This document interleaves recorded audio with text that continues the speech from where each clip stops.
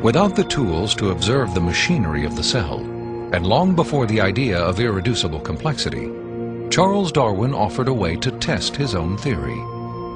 In Origin of Species, he wrote, "If it could be demonstrated that any complex organ existed, which could not possibly have been formed by numerous, successive, slight modifications, my theory would absolutely break down." Darwin acknowledged that if someone identified a biological system that could not have been constructed in incremental steps over long periods of time, then his theory would be invalid. And what Michael Behe and others have discovered is the existence of biological machinery that cannot be explained away by Darwinian processes. Darwin's failed predictions have in fact falsified his own theory.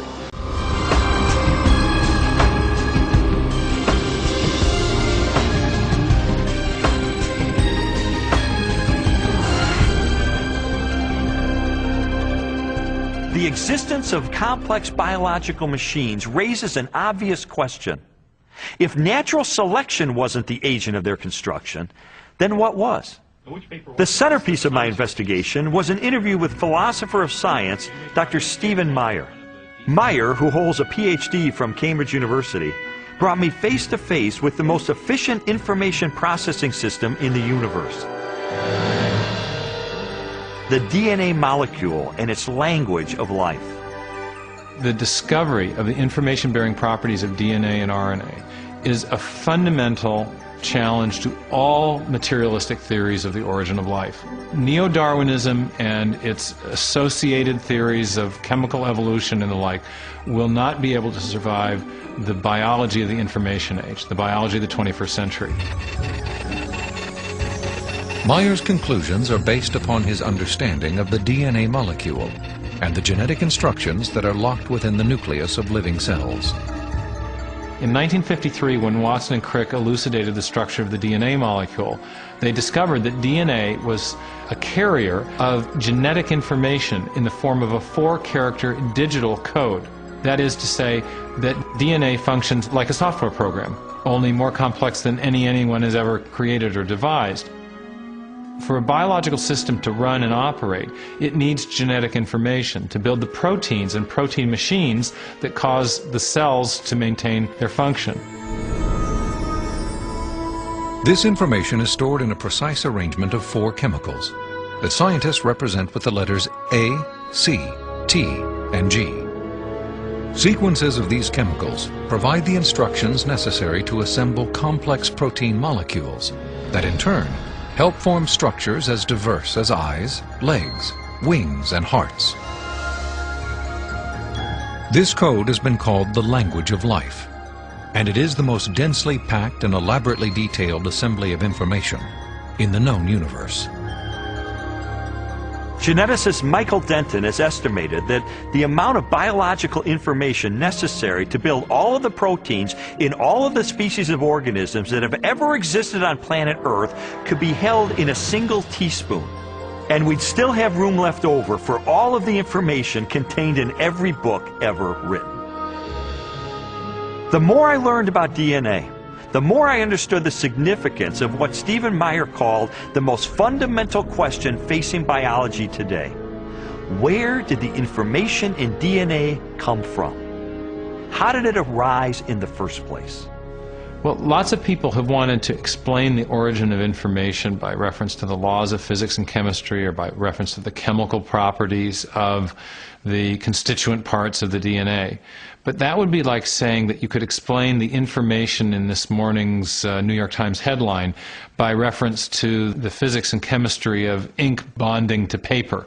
There is a chemical explanation as to why the ink sticks to the paper, but that does not explain the way the ink got arranged to convey a message that could be understood by speakers of the English language. Information requires a material medium, but it transcends the material medium. An explanation for the origin of the genetic instructions needed to build the first life is the holy grail of 21st century biology. Theories proposing that this information arose through natural selection acting upon non-living molecules, or the self-organizing power of chemicals in a primordial soup, have repeatedly failed. Even time and blind chance, the oft-invoked saviors of implausible biological scenarios, have fallen far short as accounts for the source of the instructions in DNA. Mathematicians, for example, have calculated that a universe filled with monkeys, typing relentlessly throughout the oldest estimated age of the cosmos, would have no realistic chance of producing Shakespeare's play Hamlet, let alone a transcript of the genetic information required to build even the simplest living cell. Based on our uniform and repeated experience, which is the basis of all scientific reasoning about the past, there is only one known cause for the origin of information, and that cause is intelligence. Whether we're looking at a hieroglyphic inscription, a section of text in a book, or a computer software, if you have information and you trace it back to its source, invariably you come to an intelligence. Therefore, when you find information inscribed along the backbone of the DNA molecule in the cell, the most rational inference, based on our repeated experience, is that an intelligence of some kind played a role in the origin of that information. The implications of the scientific evidence, coupled with Meyer's logic, are profound. If we are finding information inside every cell and every living creature, could that not be, in a sense, the signature of a creator?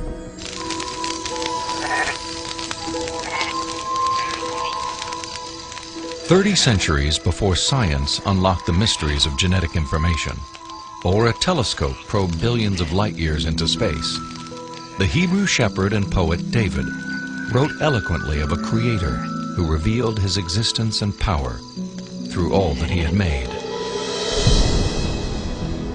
The heavens declare the glory of God. The skies proclaim the work of his hands. Day after day they pour forth speech. Night after night they proclaim knowledge.